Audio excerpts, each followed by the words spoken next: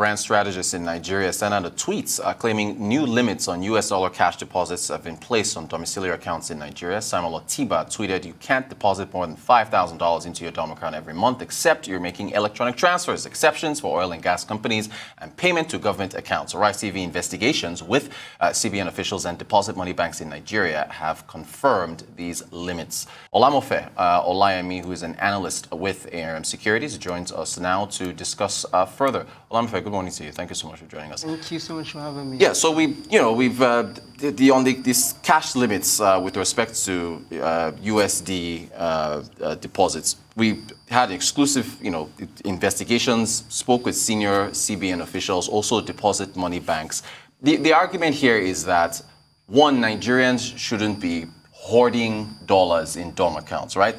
We use the naira. The naira is our currency, right? So that's one. Two, there's the whole push for a cashless economy, which is why that tweet said that most of these, if for you to not be able to limit it up to make a $5,000 deposit, it should be electronic. So there's one, there's one which is the reducing the cash deposits. Two, the pressure on the parallel markets, right? When you put all this together, what would be your argument against these limits on these accounts? Well, to be fair on the people, it's looking at how much confidence they have in the naira. Right. Over time, you've seen significant depreciation in the naira, and it was quite unprecedented. Of course, if you look at what happened in 2020, no one saw the naira being devalued twice in a year, and even the outlook for this year still suggests further devaluation in the naira. And so it makes sense for a lot of people to want to preserve their money by keeping them in dollars. But again, from the CBN standpoint, you agree with me that we have a lot of dollar scarcity, and as much as possible, you want to push much more dollar out there so as to cushion the pressure on the naira. And so that seems to be the standpoint. But again, on a rational basis, given the fact that the outlook on the naira is very weak, and then on the policy front from the CBN, you are not really seeing so much certainty to see what the direction really is. I think it kind of suggests why people will probably want to do more hold their money more in dollars than probably have it in naira. If you ask me. Now, the central bank wants to, of course, push all transactions, as far as US dollar transactions, through official channels, right? But then there's also the argument that there have been limits, like the FX restriction list, that is from accessing FX from official windows. Would that also not be a factor to drive some demand to the parallel market? And then if you put into context the backlog as well. Yeah, historically, we've seen the CBN adopt this measure. So putting bans on what you can really access FX for some items that they feel that we should be able to produce locally. Of course, in a situation like this, what you expect is to see much more widening, of course, between the parallel market rates and the official rates. Of course, you see that these international bodies are clamoring for us to have a handshake across all markets. Of course, but these policies keep driving. You agree with me that not so much of demand can be met on the official leg. Right. I know the argument has always been that the parallel market is a tiny fraction of the investment, but I think I disagree to a very large extent. It shows to what extent the official leg can actually take demand. Of course, if it was robust enough, you probably will not see so much of them being pushed to the parallel market. So with this in place, you probably expect to see much more pressure on naira in the parallel market.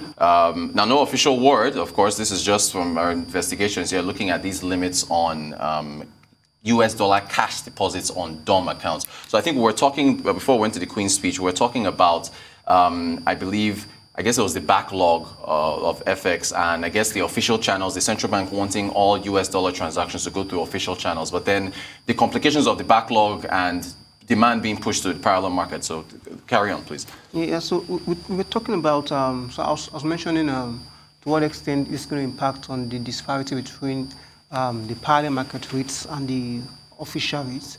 Like I mentioned earlier on, it's not new, to the Apex Bank to push to not wanting to grant FX to some product that they feel will have we can produce locally, like backward integrate. Right. So this is just like a playback as to what they normally do normally. So but pushing most of those funds to the parallel markets says two things. One, it says it gives a picture of how much we cannot cater for most of these demands on the official window, and again, it tells you that the official window may not be as robust, as robust enough to cater for the FX needs of Nigerians. And two, again, it says to what extent. I mean, it gives an idea of maybe the almost impossibility that it takes to actually achieve convergence. I mean, between the parallel markets and the official leg. As you keep pushing products to the official window, you keep putting pressure on the naira because there's a lot of traffic going into that window, and so you then expect to see depreciation on the naira. And you see, when there's always this culture of trying to hold the naira at a premium, which does not really reflect the true value of the naira. So, of course, you begin to see the true value of the naira reflect in a parallel market, which then leads to much of disparity, between the official window and the parallel market. Great stuff. If you have monthly limits at 5,000, is there a worry as far as we're talking about insecurity in the nation now? If folks are forced to keep their excess cash elsewhere, I don't know, under their mattress or at home, is that not a risk as far as impact of what the kind of impact this could have on individuals? What do you think? Because if you can't, the cash has to go somewhere, right? So is that what do you think of that fallout? So again, you already mentioned insecurity. So getting to know that people don't keep their monies in the bank because of policies from the best bank, and they prefer to keep their dollars under the bed. Of course, raises a lot of insecurity because you agree with me that the economy is quite challenging. And trying to make ends meet has been a bit tough for a number of people who can resort to doing some unexpected things. So yes, but again, it is important for the money flow to be captured in the system. Right, exactly, which is what the CBN is pushing for, right? So, the direct channels. Captured in the system. Right. So again, it all boils down to how much confidence the people have in the policy and in the naira. As an outlook, you would not see the naira. Of course, you don't expect the naira appreciating anytime soon. And so it then gives you an idea as to what people rationally will expect to do. They want to keep their monies in dollars, And so those policies it's not really going to be helping the system, if you ask me, because I think there should be a way of striking a balance. I mean, coming to terms with reality and coming up with policies that allows for it to place out itself and yes, looking for a balance. I mean, how to then balance the economy going forward. Because in light of these realities, So I think there should be like some sort of convergence, like some sort of balance between policies and reality. So policies should not address what is not really real. There is a reality on ground to actually address. The reality is that people don't want to keep their monies in areas, And so then we should be able to tweak policies to be able to address these challenges and at some point get the confidence of people. Then you'll be able to then come out of this challenging situation. Gotcha. Thanks. Let's move on to the S&P Global Ratings and their comments on the changes at First Bank and FBN Holdings, directed by the Central Bank of Nigeria. S&P made a comment about corporate governance and how, to them, there's still, of course, now, of course, they said this directive addresses corporate governance. They said it addressed it, but, the Central Bank addressed it. And the Central Bank Governor's press conference, he did address it as well. What do you make of their comments on, I guess, the changes made at the director level for FBNH and Like you mentioned, corporate governance is key, and it speaks to investors' confidence, in an entity. And all the CBN has done is, of course, in their own way, try to address the issue of corporate governance in First Bank. Yes, maybe one of the fears or maybe one of the sentiments for S&P is they actually brought back the managing director, so maybe it wasn't a total change of leadership. Right. But again, one thing to bear in mind is that there is a story to First Bank.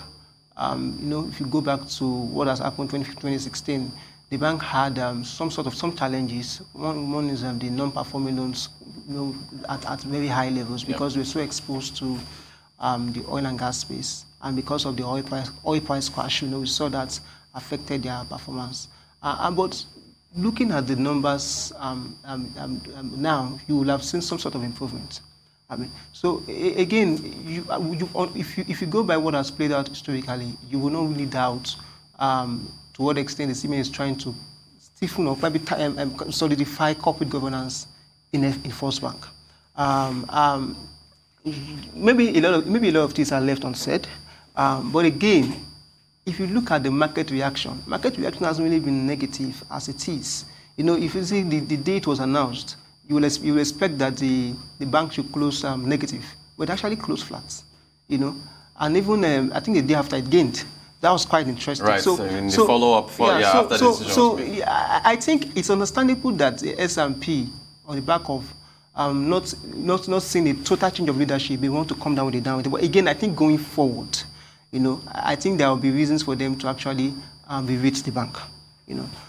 It's understandable that they come out with this rating because of what played out.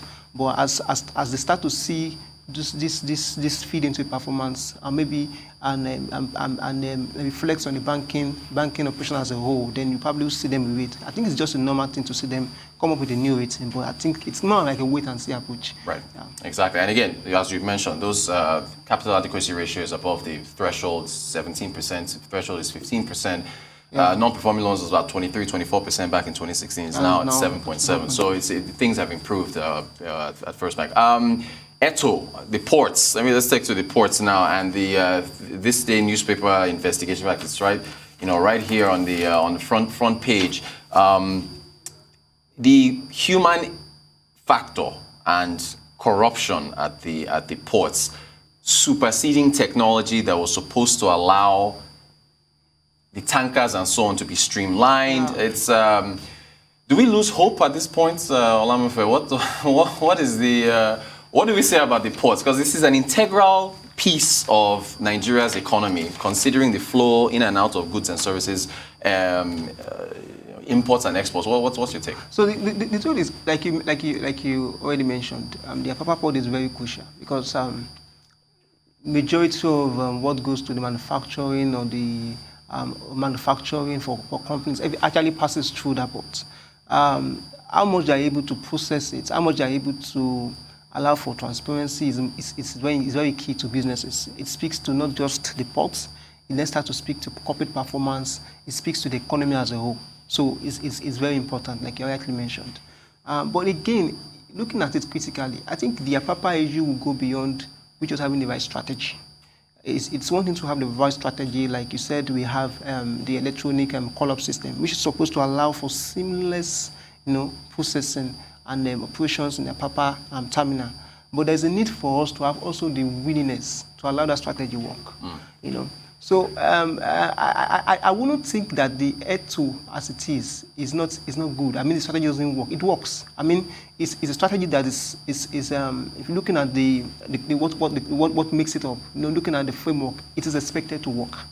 But like I said, beyond the strategy, there is a need for a willingness to allow the strategy actually work.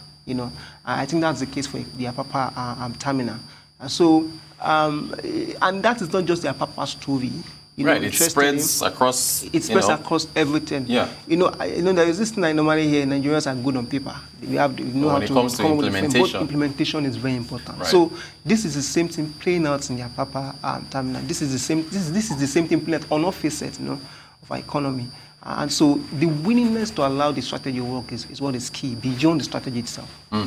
Thank you so much. Olamofe Olayemi, analyst with ARM Securities, thank you for taking us through the cash limits, US dollar cash limits on DOM accounts. Also, S&P Global Ratings, their reaction to the changes at First Bank FBNH Holdings, directed by the central bank, and the ongoing, never-ending challenges with our port system and the traffic at Apapa and Tinkana. Thank you so much, Olamofe, for joining us. Thank you so much for having me.